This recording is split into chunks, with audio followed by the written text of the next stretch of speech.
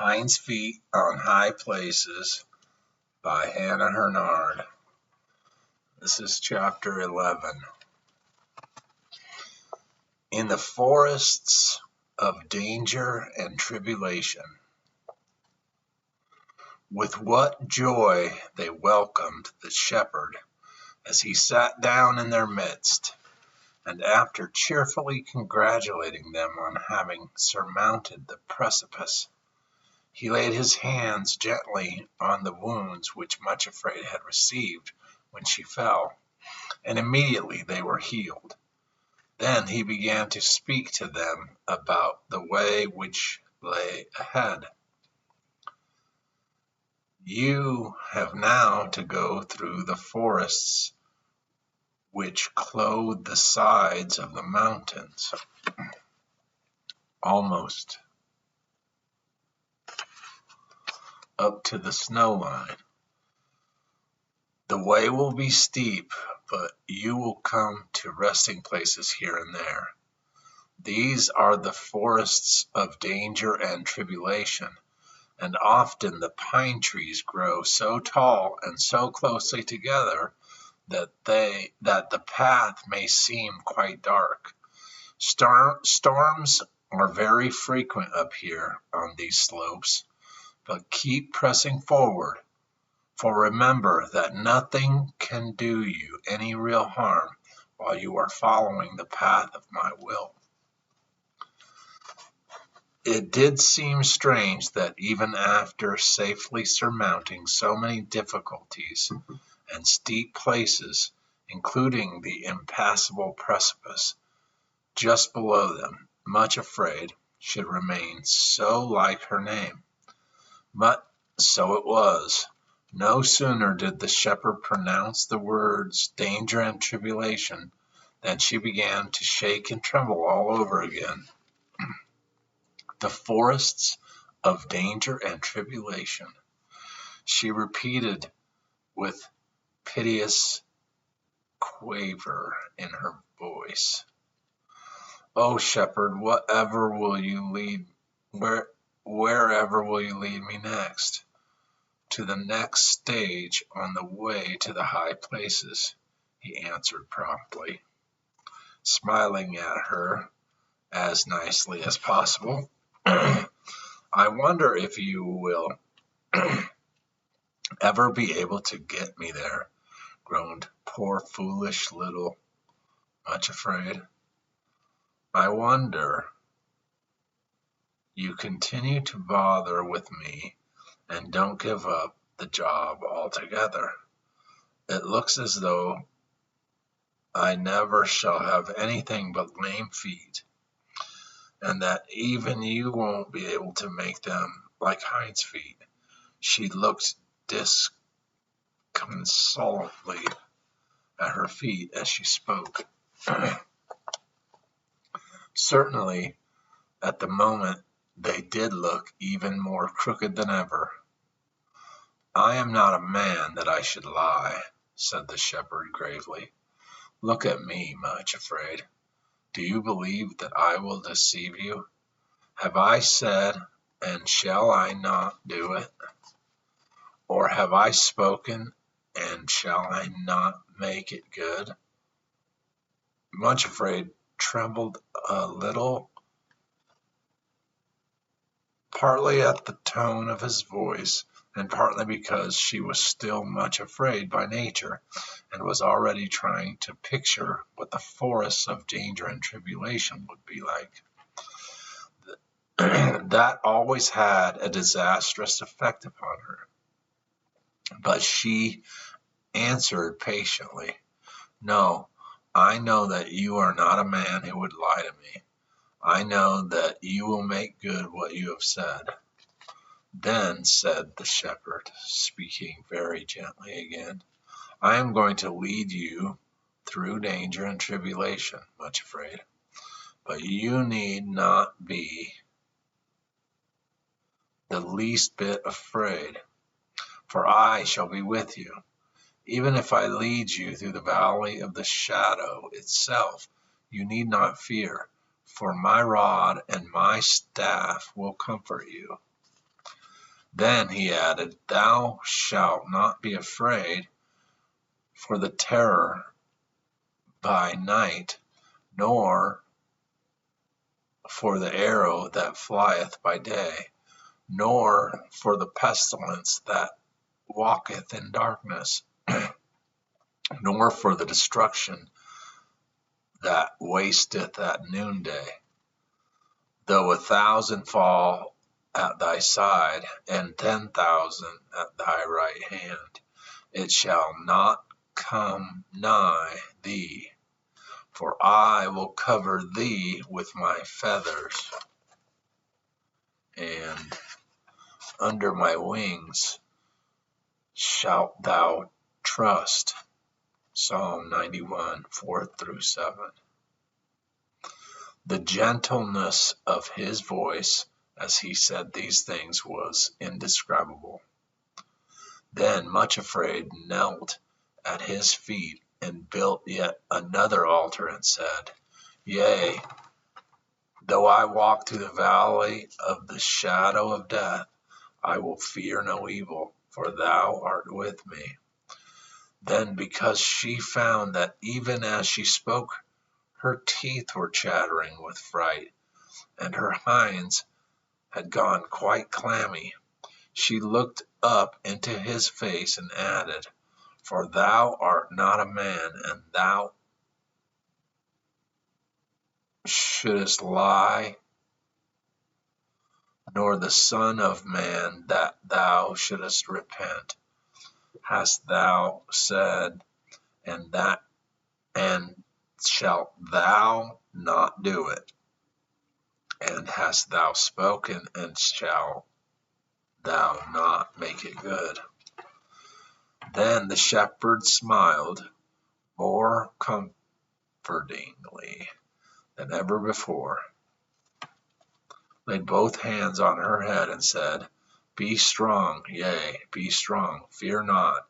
Then he continued, "Much afraid, don't ever allow yourself to begin trying to picture what it will be like.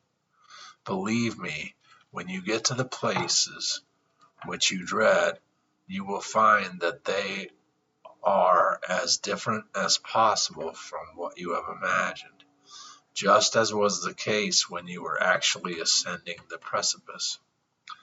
I must warn you that I see your enemies lurking among the trees ahead, and if you ever let craven fear begin painting a picture on the screen of your imagination, you will walk with fear and trembling and agony where no fear is." When he had said this, he picked up another stone from the place where she was kneeling, and gave it to her to put with the other memorial stones. Then he went his way, and much afraid, and her companions started on the path which led up through the forests. Almost as soon as they had reached the trees, they saw the face of mean, sickly self-pity looking out from behind one of the trunks. He gabbled ever so quickly before he dodged back into his hiding. "I say, much afraid, this really is a bit too thick. I mean, whatever will he do next? Forcing a poor little lame, frightened creature like yourself to go through dangers which only brave, strong men ought to be expected to face. Really, your shepherd is almost more of a bully than craven fear himself." Hardly had he stopped before resentment put his head out and said crossly, "There's absolutely no reason for it either, because there's another perfectly good path which skirts the forest altogether and brings you right up to the snow line without going anywhere near these unnecessary dangers. Everybody else goes that way, so why shouldn't you? Tell him you won't go this way, much afraid, and insist on being taken by the usual path. This way is for martyrs only, and you, my dear, don't fit into the picture at all." Then Craven Fear leered at her for a moment, and said contemptuously, "So you think you're going to become a little heroine, do you? And go singing through the forest of danger? What will you bet, much afraid, that you won't end up shrieking and screaming like a maniac, maimed for the rest of your life?" Bitterness was next to speak. He sneered from behind another tree. He would do this. It's just as I told you. After you have dutifully gone through one terrifying experience, he's always got something still worse lying ahead of you. Then Pride, who was still limping badly and seemed extra venomous as a result, said, "You know, he won't be able to rest content until he has put you to complete shame, because that's the way he produces that precious humility he's so crazy about. He'll humble you to the dust, much afraid, and leave you a groveling idiot in front of everyone." Much Afraid and her companions walked on without answering and without taking any notice. But as before, Much Afraid discovered that she limped more painfully whenever she heard what they said. It was really terribly perplexing to know what to do.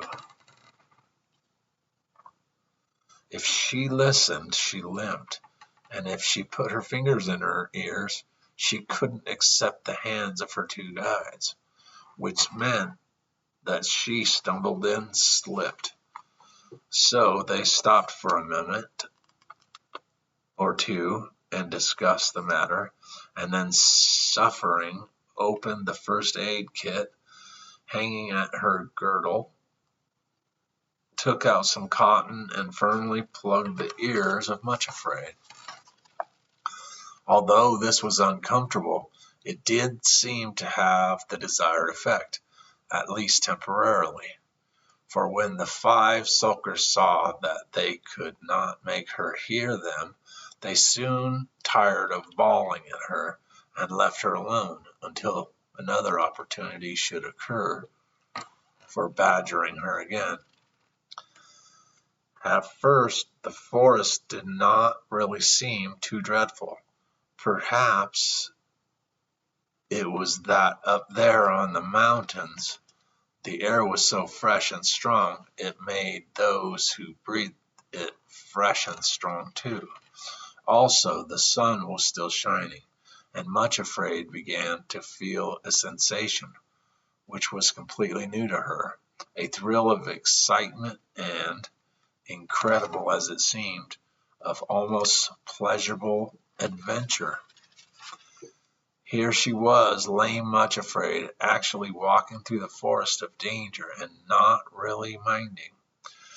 This lasted for quite a time until huge black clouds gradually rolled over the sky and the sun went in. In the distant thunder rolled and the woods became dark and very still. Suddenly, a bolt of lightning scorched across the sky, and somewhat ahead of them was rending crash as a great forest tree fell to the earth. Then another and another. Then the storm in all its fury was bursting around them, thunder rolling, lightning sizzling and crackling in every direction, until the whole forest seemed to be groaning and shaking and falling about them. The strangest thing was that though Much Afraid felt a shuddering thrill go through her at every crash, she was not really afraid. That is, she felt neither panic nor desire to run, nor even real dread, for she kept repeating to herself, "Though 1,000 shall fall at thy side, and 10,000 at thy right hand, it shall not come nigh thee. For I will cover thee with my feathers, and under my wings that shalt thou trust." So throughout the whole storm she was filled with a strange and wonderful peace as she had never felt before, and walked between her two companions, saying to herself, "I shall not die, but live, and declare the works of the Lord." At last the storm began to rumble off into the distance. The crashes died down, and there was a quiet lull. Then three women stopped to wring the water out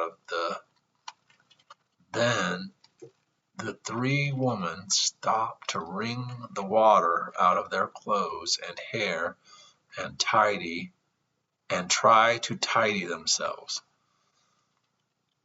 As they did this, Craven Fear appeared near them again and yelled at the top of his voice, "I say, Much Afraid, the storm has only gone around the mountains for a short time. Already it is beginning to approach again, and it will be worse than before. Make a bolt back down to the path as quickly as you can, and get away from these dangerous trees before it starts again, or you will be killed. There is just time for you to make good your escape." "Look here," exclaimed Much Afraid, most unexpectedly, water still dropping from her hair and her sodden skirts clinging like wet rags around her legs. "I can't stand that fellow shouting at me any longer. Please help me, both of you." And setting the example, she stooped down, picked up a stone, and flung it straight at Craven Fear.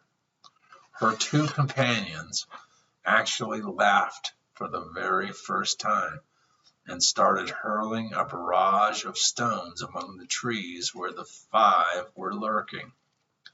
In a moment or two, none of their enemies were visible. Then, just ahead of them, through the trees, they saw a log hut, which seemed to offer a promise of shelter and protection from the storm, which certainly was again drawing nearer. Hurrying toward the cabin, they found that it stood in a clearing well away from the trees, and when they tried the door latch, to their joy it opened, and they thankfully slipped inside. With great presence of mind, Suffering immediately closed the door and bolted it behind them, and none too soon. Next minute their enemies were banging on the door and shouting, "Hi! I say, open the door and let us in. The storm is starting again.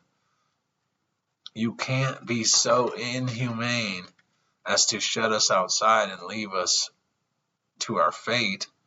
Much Afraid went to the door and shouted through the keyhole the advice they had offered her. "Make a bolt down the path as quickly as you can, and get away from the dangerous trees, or you will be killed. You have just time to make good your escape before the storm starts again."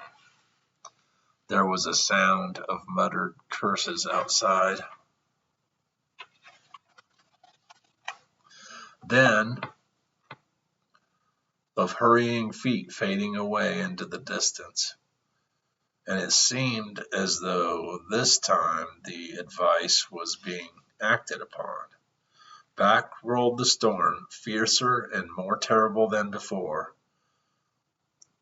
but they were safely sheltered in the hut out of range of the crashing trees, and their shelter proved perfectly weatherproof, for not a drop came through the roof. They found in the room of a supply of firewood stacked beside a small kitchen range with a kettle and some saucepans on it. While Suffering busied herself lighting the fire, Sorrow held the kettle under a spout outside the window and filled it with rainwater. Much Afraid went to a cupboard on the wall to see if it would yield any treasure. Sure enough, there was a cookery on the shelves, and a supply of tinned foods, as well as a big tin of unleavened biscuits. So, in a very little time, while the storm still furiously raged and rattled outside, there they were, sitting around a crackling fire, warming themselves and drying their sopping garments, while they drank comforting hot cocoa and satisfied their hunger. Though the uproar of the tempest without was almost deafening, and the hut shuddered and shook in every blast, yet inside was nothing but peace and thanksgiving and cheerful contentment. Much Afraid found herself thinking with astonished awe that if it was really the happiest and the most peaceful experience during the whole of her journey up until that time. As they lay down on the mattress, which they discovered piled on another part of the hut, she repeated again to herself very softly, "He has covered me with his feathers, and under his wings I do trust." The storm continued with great violence for 2 or 3 days, but while it lasted, the 3 travelers rested quietly in the shelter of the hut, going outside only during the brief lulls to gather wood. This they dried in the oven to replenish the stock they were using, so that others following behind might not be left without fuel. There seemed to be a good store of tinned foods and unleavened biscuits, and they supposed that some of the shepherd's servants must visit the hut from time to time with a new supply. During those quiet days in the midst of the raging tempest, Much Afraid came to know her 2 companions in a new way, and also to understand more of the mountain dialect which they spoke. In some strange way she began to feel that they were becoming real friends, and not just attendants, whom the shepherd had commanded to go with her as guides and helpers. She found, too, that now she was accepting their companionship. In this way she seemed more alive than ever before to beauty and delight in the world around her. It seemed as though her senses had been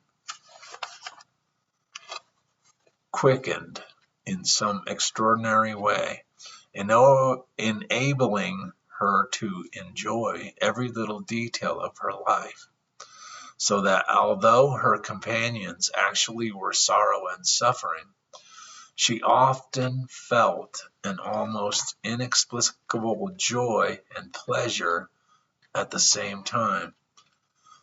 This would happen when she looked at the bright, crackling flames in the log fire, or listened to the sound of the lashing rain overhead, emphasizing the safety and peace within the hut, or when she saw through the window the tossing trees waving their arms against a background of scurrying clouds or lightning-rent sky. Or again, very early before daybreak, when she saw the morning star shining serenely through a rift of clouds, or heard the clear, jubilant note of a bird during a lull in the storm. All these things seemed to be speaking to her in the mountain dialect, and to her growing astonishment she found it an incredibly beautiful language, so that sometimes her eyes filled with tears of pure joy, and her heart seemed so full of ecstasy that she could hardly bear it. One morning, when the storm was rattling and raging through the forest louder than ever, she noticed Sorrow sitting by the fire, singing quietly to herself the words, of course being in mountain dialect, which Much Afraid was learning to understand. This is the best translation that I can give, but you will realize that the original was much more beautiful and full of forest sounds and music. How lovely and how nimble are thy feet, O princess daughter, O prince's daughter. They flash and sparkle and can run more fleet than running water. On all the mountains there is no gazelle, no roe or hind can overtake thee, nor can leap as well, but lag behind. Can't settle one. Why, Sorrow, exclaimed Much Afraid, I didn't know that you could sing, nor even that you knew any song. Sorrow answered quietly, neither did I, but on the way up here through the forest, I found the words and tune coming into my head, just as I am singing them now. I like it, said Much Afraid. It makes me think of the time when I shall have hinds feet myself, and so it is comforting, and the tune is so nice and springy. It makes me want to jump. She laughed at the thought of her crooked feet being able to jump, then coaxed, teach me that song, please do. So Sorrow sang it over several times until Much Afraid knew it perfectly, and went about the hut humming it to herself, trying to picture what it would be like to be a gazelle leaping on the mountains, and able to jump from crag to crag, just as the shepherd did. When the day came for her to receive her hinds feet, she would be able to follow him wherever he went. The picture was so lovely, she could hardly wait for it to come true.